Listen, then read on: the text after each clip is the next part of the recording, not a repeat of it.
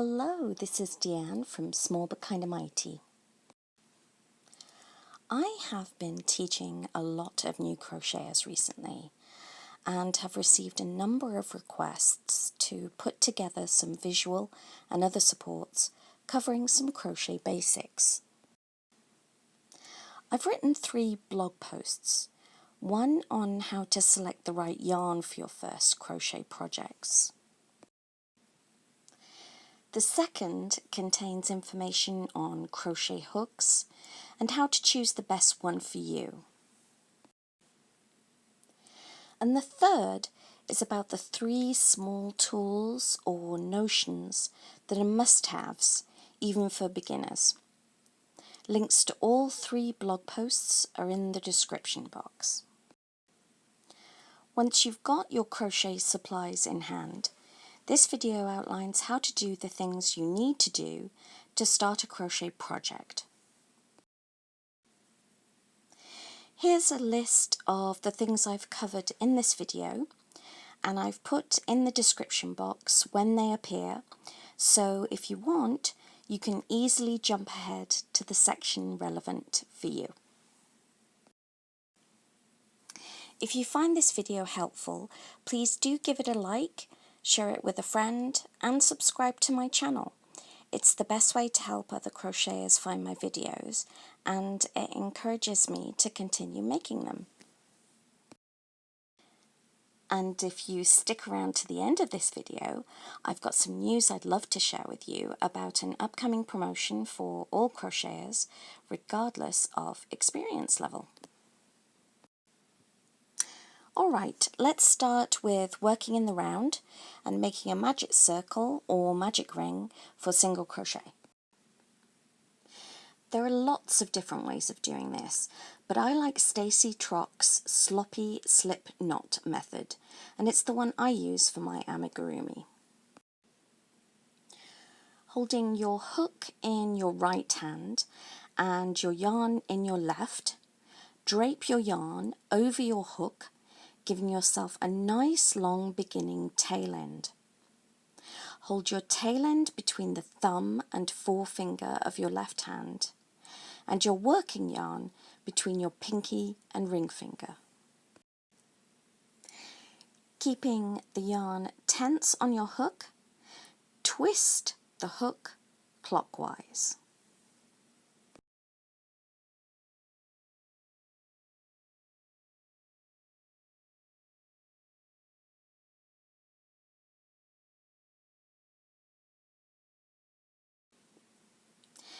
Now hold your tail end in your right hand, yarn over and pull up a loop. This first chain stitch is going to be the magic circle you work into. Yarn over and pull up another loop, and this is the chain stitch you work at the beginning of a row or round of single crochet in order to bring your yarn up to the correct height. Now I'm going to work 6 single crochets into the magic ring.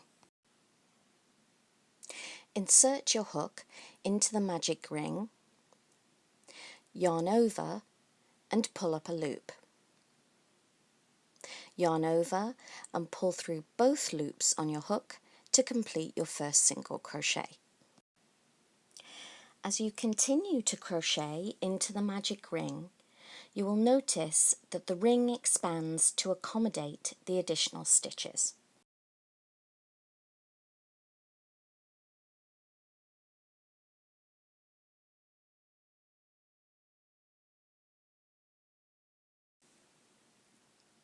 Once you've completed all 6 single crochets, simply pull the yarn end tight to close the ring.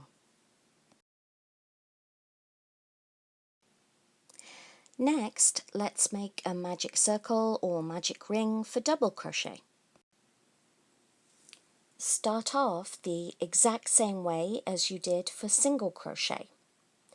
The first chain stitch will still be the magic circle or magic ring that you work into. Next, you will yarn over and pull up a loop 3 times. This is the chain 3 worked at the beginning of a row or round of double crochet in order to bring your yarn up to the correct height for your first stitch.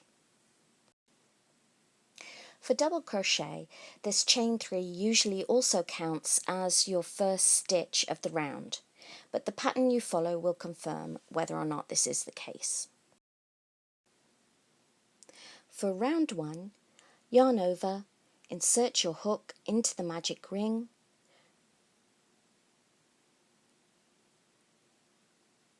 yarn over and pull up a loop. Yarn over and pull through the first 2 loops on your hook, yarn over and pull through the final 2 loops to complete your first double crochet.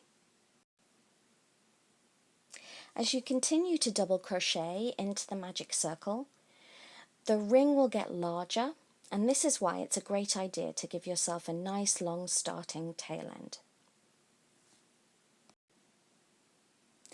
As with single crochets, when you've completed the round, pull the tail end to tighten the ring.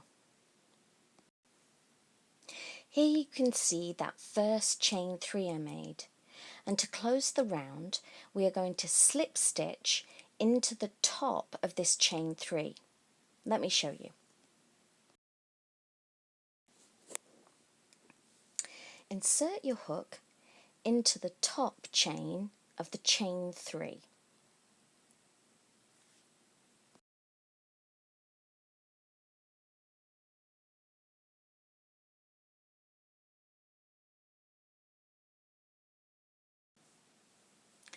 Now yarn over and pull the yarn through both the chain stitch and the loop on your hook.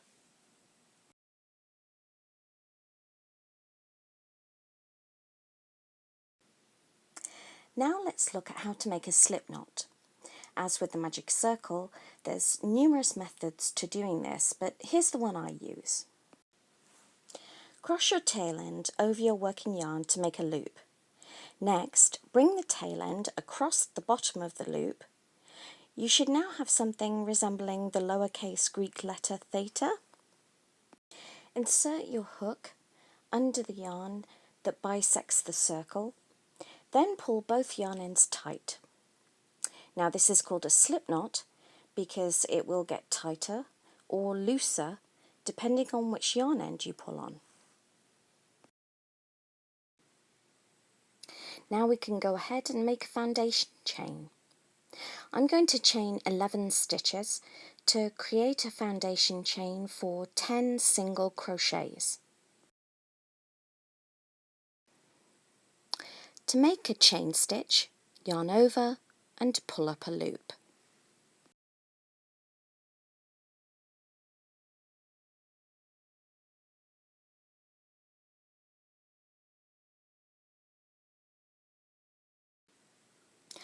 Holding on to your chain stitches as you make a new one helps prevent the stitches you've already made from tightening up.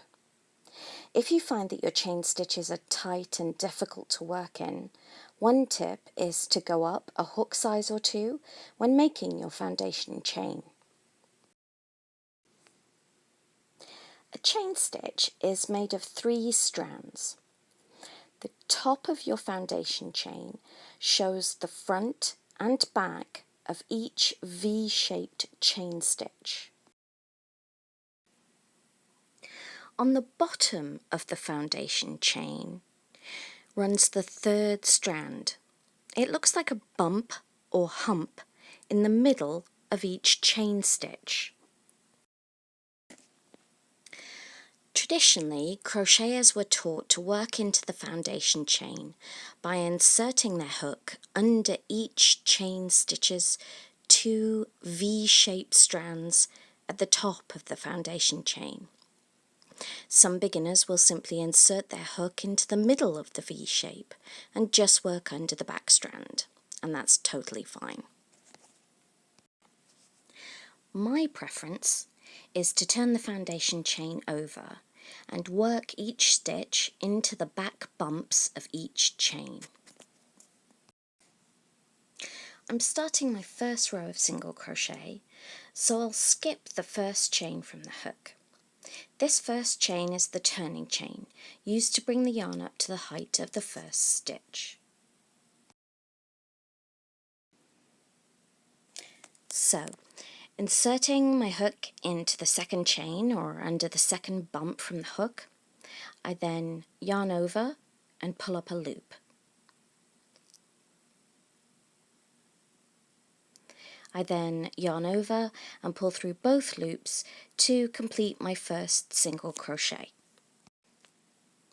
I then continue working a single crochet in each of the remaining 9 chain stitches of the foundation chain. So that's it for now for Crochet Basics. Comment and let me know what helped you most about this video, and if there's anything you want me to make a video about, let me know that too.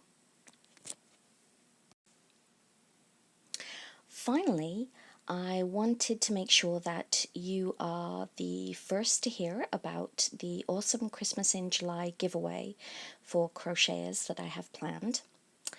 You don't want to miss it, so check in the description box for a link to use to subscribe to my email list, and that way you will be the first to hear about the giveaway when I roll it out. Okay, thanks so much for watching, and I will see you soon.